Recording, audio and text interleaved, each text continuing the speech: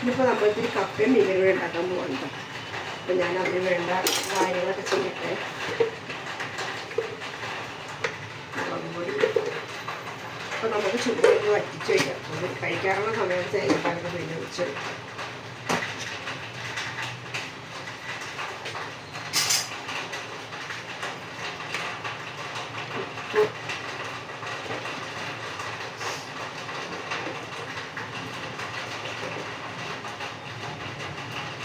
മഞ്ഞപ്പൊടി,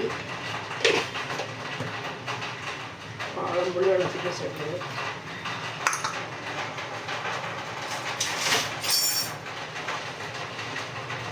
വേപ്പഴ, പച്ചമുളക്,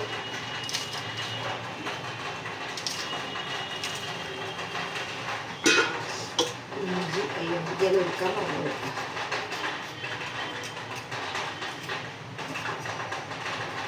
കുറേ നാളെ കപ്പയും മീനും കഴിക്കണമെന്നൊരു ആഗ്രഹമായിട്ട്. ഇഞ്ചി,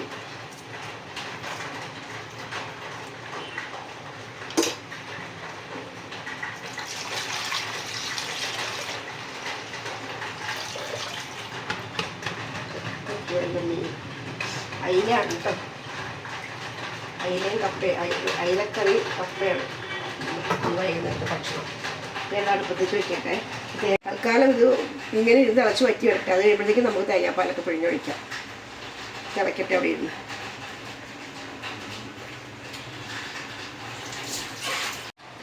അപ്പോൾ മീൻ തിളച്ച് വേണ്ട കേട്ടോ. നമുക്ക് സിമ്മിലിടാം.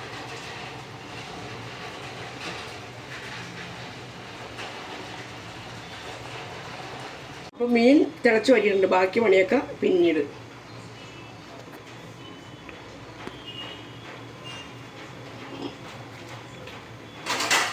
ണ്ട്. അപ്പോൾ കപ്പ ആദ്യം വെള്ളത്തിൽ തിളച്ച് വരട്ടെ. തിളച്ച് കഴിയുമ്പോഴത്തേക്ക് ആ വെള്ളം ഊറ്റി കളഞ്ഞിട്ടുണ്ട്. നമുക്ക് കപ്പ കുക്കർ മൂടി വെച്ച് വേവിക്കാനായിട്ട്. കറി വെറുതെ മുളകിൽ പറ്റിച്ച് വെച്ചേക്കും കേട്ടോ. അപ്പോൾ ഇത്തിരി പാലൊക്കെ പിഴിഞ്ഞ് വയ്ക്കട്ടെ. ഇന്നത്തെ നമ്മുടെ വിഭവമാണ് കേട്ടോ. കപ്പയും മീൻകറിയാണ് കേട്ടോ നമ്മുടെ വിഭവം ഇന്നത്തെ.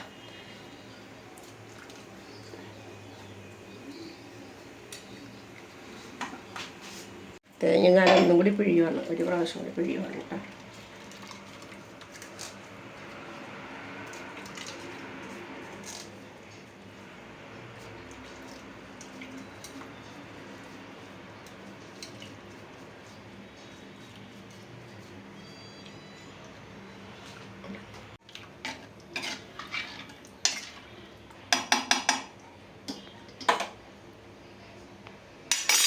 ഈ മീനൊന്ന് തിളച്ച് വറ്റി വരട്ടെ. തേങ്ങാപ്പാലൊക്കെ ചേർത്തിട്ടുണ്ട്.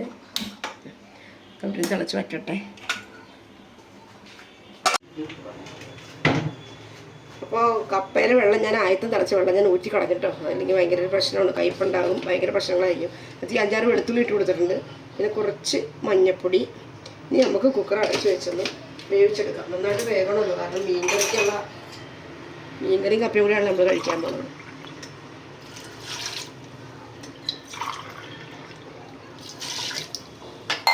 ഞാൻ കപ്പ അടുപ്പത്തേക്ക് വെക്കട്ടെ.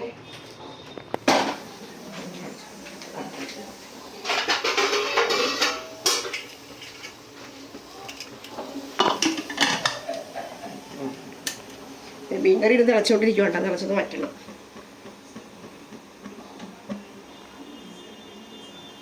മീൻകറിയിൽ എണ്ണയൊക്കെ തെളിഞ്ഞ് വന്നിട്ടുണ്ട്. പച്ചയുള്ളി ഇട്ട് കൊടുക്കാം. വേപ്പില ഇട്ട് കൊടുക്കാം.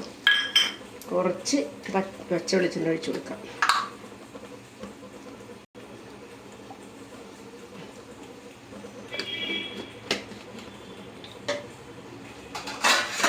ഇനിയിപ്പോൾ അതവിടെ ഇരുന്ന് സെറ്റ് ആകട്ടെ. നമ്മുടെ മീൻകറിയും കപ്പയും റെഡി ആയിട്ടുണ്ട്.